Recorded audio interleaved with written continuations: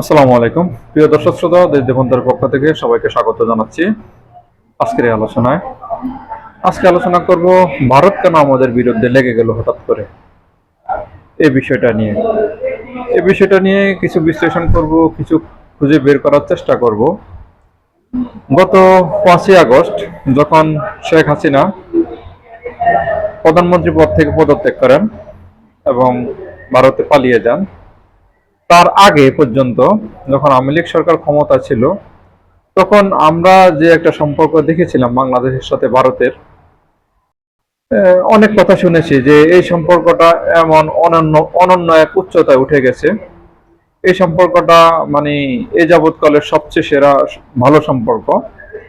এরকম অনেক অনেক রকম কথাবার্তা, বা একটা রক্তের সম্পর্ক, রাখি বন্ধনের সম্পর্ক, স্বামী স্ত্রীর সম্পর্ক, এরকম অনেক রকম মুখরোচক কথা আমরা শুনতে পেয়েছিলাম।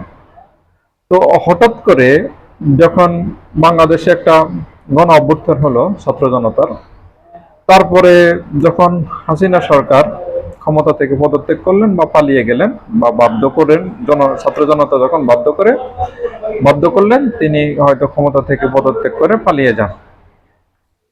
এখন হঠাৎ করে ভারতের এমন কি ক্ষতি হলো, যাতে ভারতের কোন স্বার্থটা এমন নষ্ট হলো যেটার জন্য ভারত বাংলাদেশের বিপক্ষে এভাবে লেগে গেল? তাদের একটা প্রতিবেশী দেশ, তাদের কিন্তু বেশ কিছু প্রতিবেশী দেশ তাদের বিপক্ষে অলরেডি ভারতের বিপক্ষে চলে গেছে, অনেকগুলো প্রতিবেশী দেশ।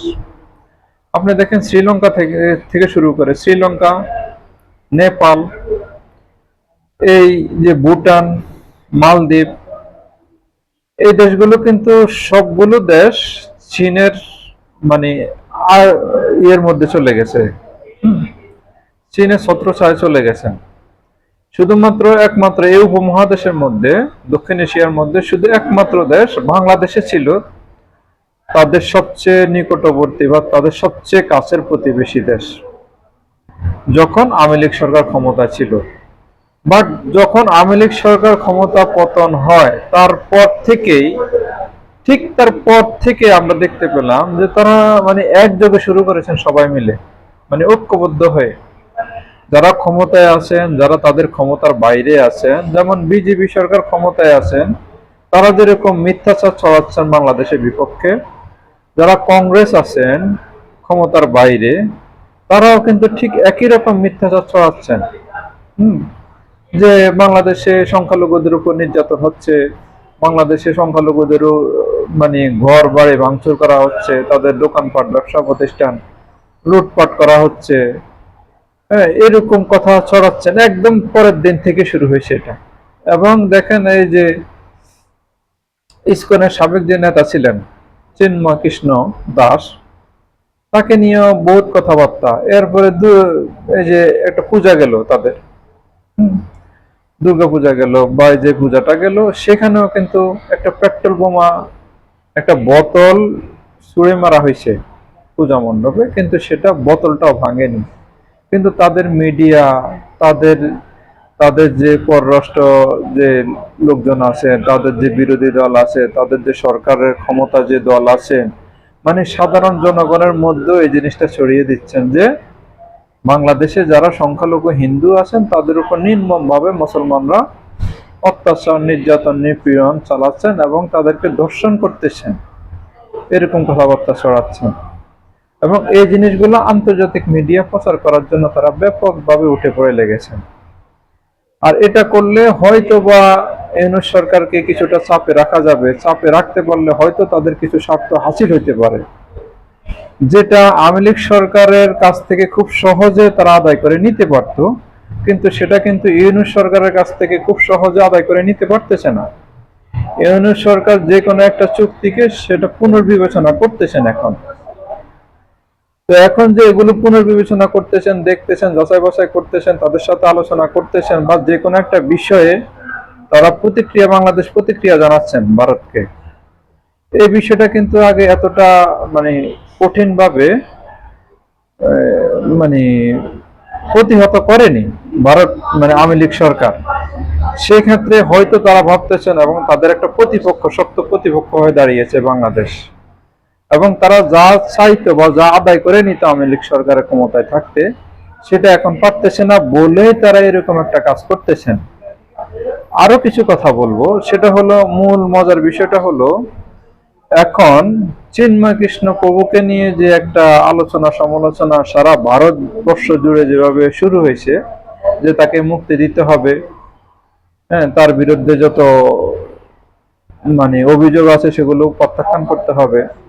আচ্ছা, এটা চিন্ময় কৃষ্ণ প্রভু তিনি বাংলাদেশের নাগরিক, তিনি একটা রাষ্ট্রদ্রোহী মামলায় তাকে গ্রেপ্তার করা হয়েছে। এখন তার বিচার হবে, তার বিচার আইনের গতিতে চলবে, সেই বিচারটা, সেটা নিয়ে তারা একটু এত চিন্তিত কেন? তারা শুধু হিন্দুদেরকে মানুষ মনে করে, মুসলমানদেরকে কি মানুষ মনে করে না? তারা তারা যদি সঠিক একটা অবস্থানে থাকতো, সেটা হলো যে প্রত্যেকটা মানুষের ন্যায় বিচার আমরা চাই, এরকম একটা অবস্থানে থাকতো, এরকম একটা কথা তারা বলতো। এমন কথা বলা হচ্ছে যে পেঁয়াজ, আলু, যা যা জিনিস ভারত থেকে আমরা আমদানি করি সেগুলো বন্ধ করে দেওয়া হবে, এবং বাংলাদেশের উপরে তারা যেন নিষেধাজ্ঞা দেয়, বিজিবিকে এটা বলা হচ্ছে। এবং শেষ, আজকে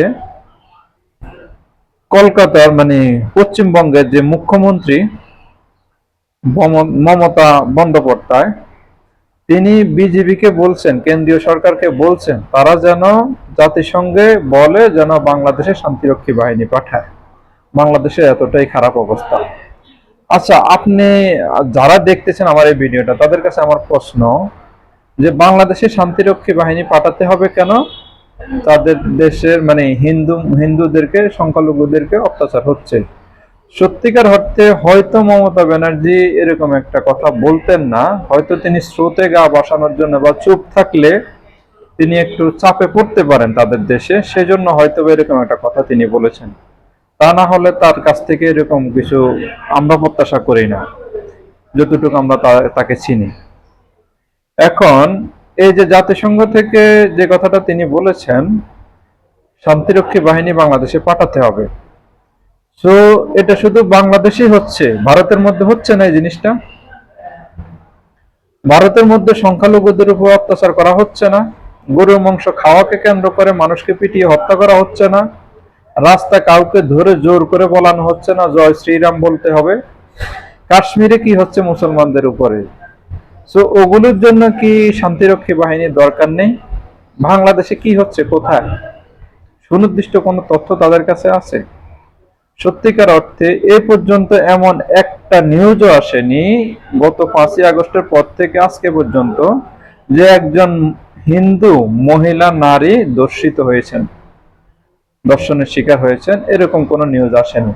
তাহলে তারা এগুলো কোথায় পায়? তাদের এই যে মিডিয়াগুলো, রিপাবলিক বাংলা, হিন্দুস্তান টাইমস বা দা হিন্দু যেগুলো আছে, এগুলো তো এই যে যে হিন্দুস্তান টাইমস একটা পত্রিকা, এটা গ্লোবালি এটার একটা গ্রহণযোগ্যতা আছে, দা হিন্দু সেটার একটা গ্রহণযোগ্যতা আছে, রিপাবলিক বাংলা বা অন্য অন্য যেগুলো আছে সেগুলা হয়তো একটা বাজে, এগুলো এনিহাও তারা যাচাই বাছাই ছাড়াই একটা নিউজ কিন্তু তারা প্রচার করে।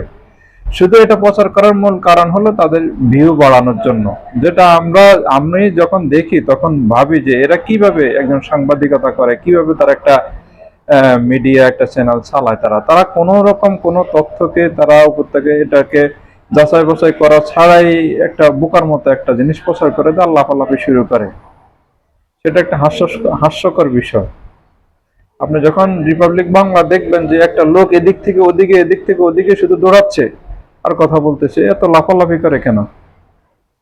তো সত্যিকার অর্থে তাদের, আমরা যখন একটা জিনিস সবাই মাথায় রাখবেন, বাংলাদেশের মানুষকে বলবো, বাংলাদেশের সাধারণ জনগণকে বলবো, যখন ভারত আমাদের উপর অসন্তুষ্ট থাকে তখন আমাদেরকে বুঝতে হবে আমরা সঠিক রাস্তায় আছি, আমরা সঠিক রাস্তায় সামনে এগোচ্ছি।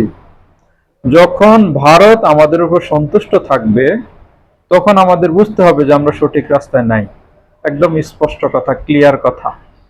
যখন তারা আমাদের উপর সন্তুষ্ট থাকবে, সবকিছু আমাদের উপরে, হ্যাঁ, আমাদের অভ্যন্তরীণ বিষয় আমরা সেগুলো সেটেল করব, যেটা বলছিল আওয়ামী লীগ সরকার ক্ষমতায় থাকা অবস্থা, কি সুন্দর তাদের স্টেটমেন্ট, কি সুন্দর তাদের পররাষ্ট্র নীতি, কত সুন্দর কথাবার্তা।